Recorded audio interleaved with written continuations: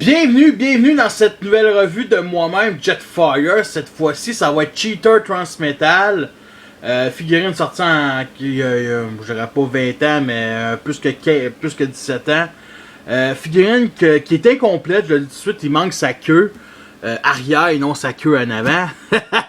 Mais c'est juste pour dire que je l'ai payé 5$ et c'est une figurine que j'ai à vendre 5$ justement.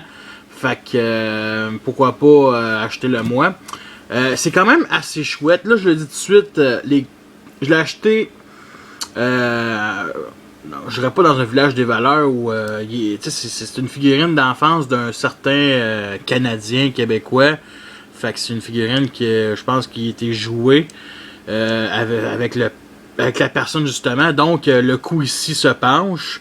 Il n'y a pas moyen de le rendre plus haut comme ça. Bon, pas tant que ça. Mais c'est un jouet d'enfance de quelqu'un. Fait que c'est juste pour dire que c'est un vieux jouet. Il contient le plastique cassant digne des Beast Wars. Mais celui-là, comment je pourrais dire ça?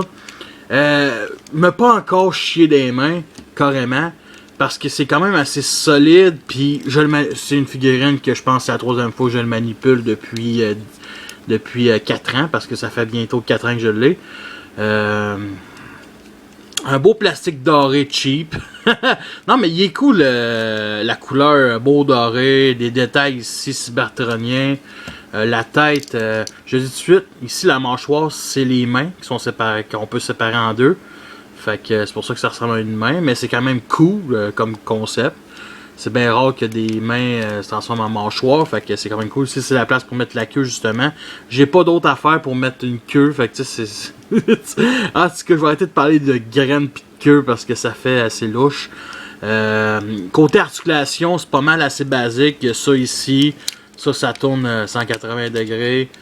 Articulation ici, mais ça c'est une étape de transformation. Le pied levé ici, mais comme ça.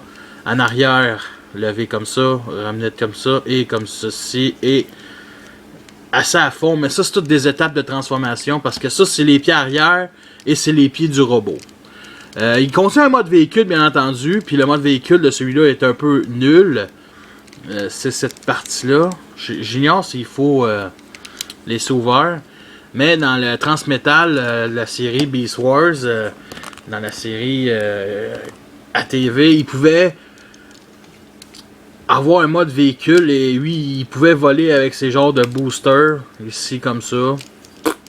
Moi je trouve sérieusement, tu sais c'était quasiment le maximal le plus rapide puis il pouvait voler. Fait que j'ai pas encore compris le concept des véhicules de Beast Wars là, vraiment pas. Mais tu sais je veux dire, il peut voler mais ça sert à rien qui court quand il peut voler, mais en tout cas. D'après moi ça va prendre de l'énergie.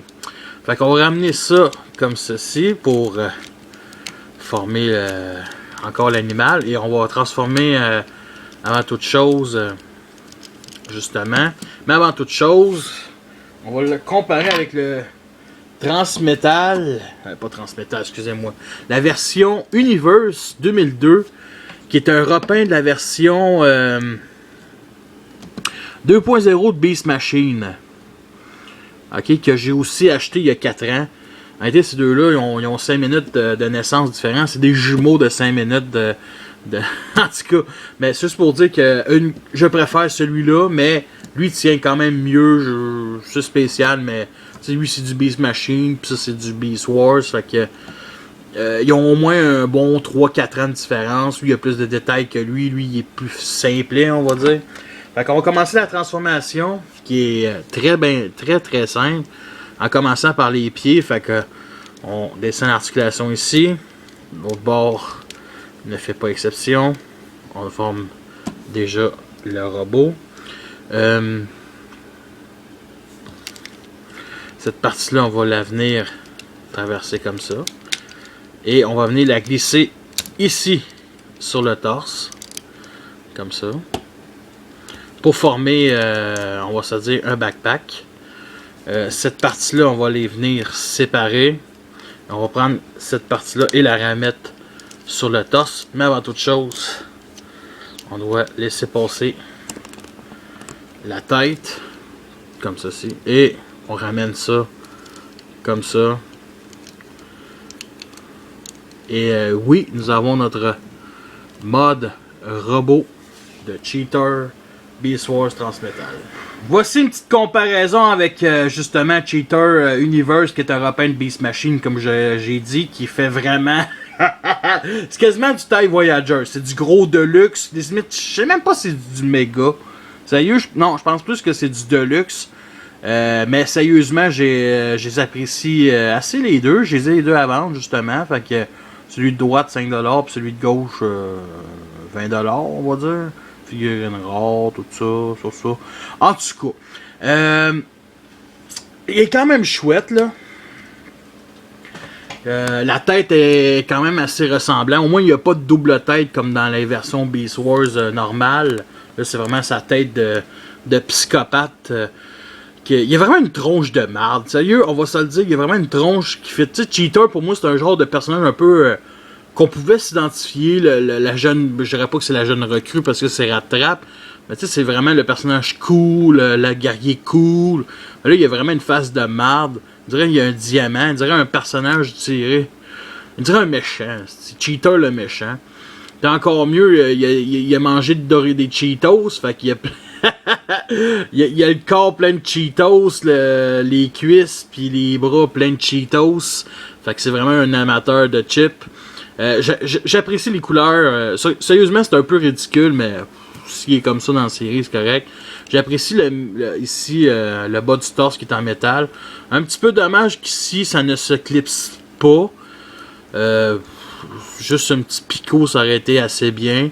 Il y a le backpack qui, on va se dire, est assez gigantesque et ça aurait pu se replier. Honnêtement, j'aimerais ça que ça serait un personnage que j'aimerais qu'il revienne, que ce soit dans des séries ou des BD. Quand même cool, la tête, comme je disais. Bon, côté articulation, bas joint ici, 180 degrés, bas joint au coude, rien ses mains. La tête, ouf. Un petit 60 degrés, mais c'est la première fois que je le fais avec cette tête-là, puis c'est assez dur, on va dire. Ici, on voit qu'il y a une énorme derrière. Puis ici, il y a encore sa place pour mettre une queue, fait que c'est encore pire que ce que je crois. Mais articulation ici, comme ça. Sa cuisse, il y a bien entendu sur bas joint. Articulation ici, mais ça c'est vraiment la jambe de l'animal, les jambes arrière, comme je disais. Est-ce qu'on peut lui faire une pause d'attaque défensive? Honnêtement, ça prend tout pour à cause de son énorme backpack. Ça prend tout pour juste le mettre drette, fait que le mettre comme ça. On va faire une tentative. Voilà. Je le mets. Ah non, ça sert vraiment à rien de faire ça.